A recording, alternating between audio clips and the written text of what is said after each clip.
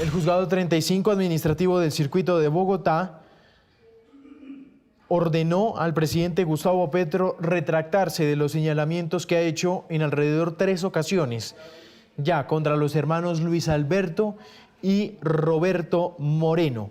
En las últimas horas, recordemos, fue el juzgado 35, falló en contra del mandatario al determinar que vulneró los derechos fundamentales a la dignidad humana, la igualdad, el buen nombre y la honra de los hermanos Moreno.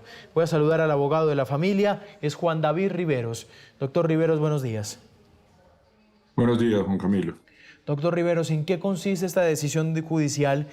¿Qué pasó? ¿Cuáles fueron esos 3 señalamientos? Pues Juan Camilo, básicamente en 3 oportunidades el presidente de la República, tanto en una alocución como en un Consejo de Ministros a través de sus redes sociales, hizo afirmaciones absolutamente carentes de prueba en contra de los hermanos Luis Alberto y Roberto Moreno. Afirmaciones con las cuales buscaba enlodar el buen nombre, la honra, la dignidad y la igualdad de ellos, acusándolos de haber cometido múltiples delitos. En ese sentido, acudimos a los canales institucionales, a la Administración de Justicia, en la cual confiamos plenamente, y el juez, después de haber hecho un análisis de lo planteado por la acción de tutela, consideró que asistía la razón para proteger los derechos mencionados a Luis Alberto y a Roberto Moreno, y eso es lo que ocurrió el viernes de la semana pasada.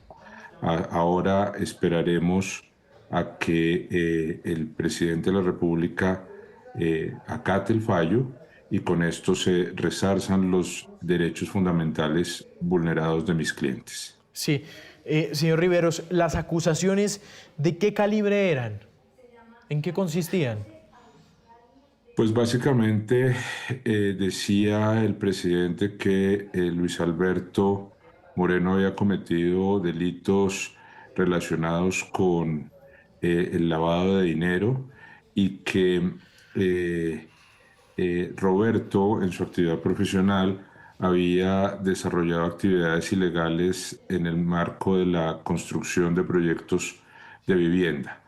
Eh, y eso pues ha quedado desvirtuado. El juzgado ha reconocido que esas afirmaciones están absolutamente vacías de cualquier contenido probatorio, y en ese sentido, al hacer una distinción entre lo que significa opinar y lo que significa acusar de delitos, pues ha llegado a la conclusión de aquí que estamos en el segundo de los casos y que el presidente de la República, cuando hay una situación en donde no existen evidencias respecto de sus afirmaciones, debe retractarse de las mismas.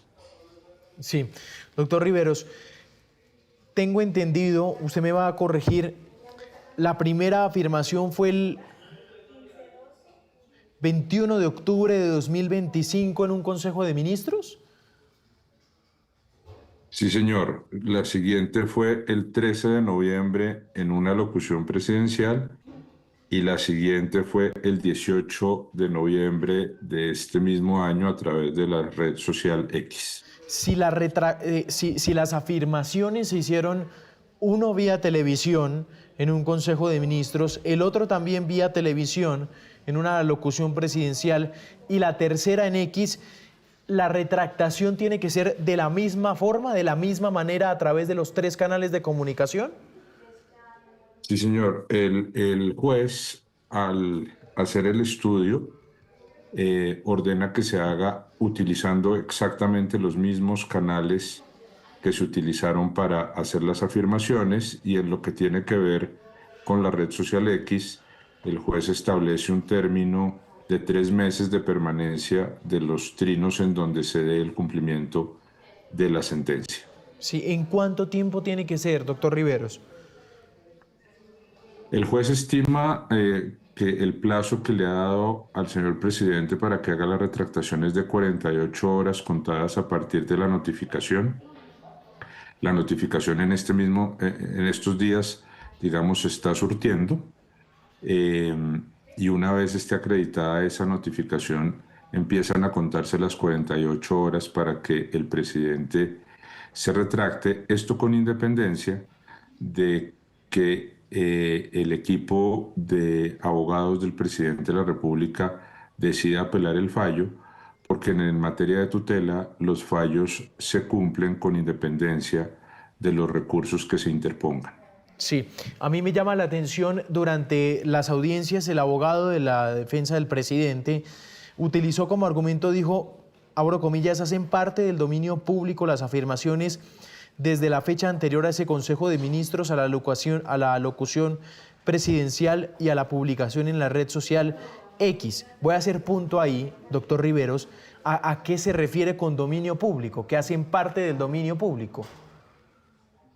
Bueno, eso fue el escrito de respuesta a la acción de tutela, no fue en una audiencia, sino fue el escrito con el que ellos responden. Realmente esa expresión yo no sé a qué se refiere el abogado que respondió a la acción de tutela en nombre del presidente.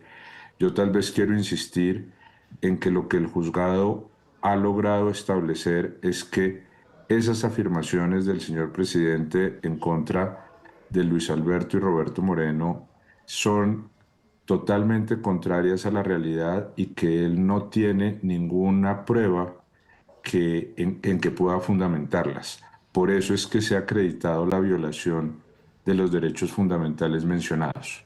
Pero siguiente a ese escrito, me llama también la atención el argumento que utiliza para defender la libertad de expresión, porque dice que los accionados por ser figuras públicas tienen el deber de soportar un mayor grado de escrutinio.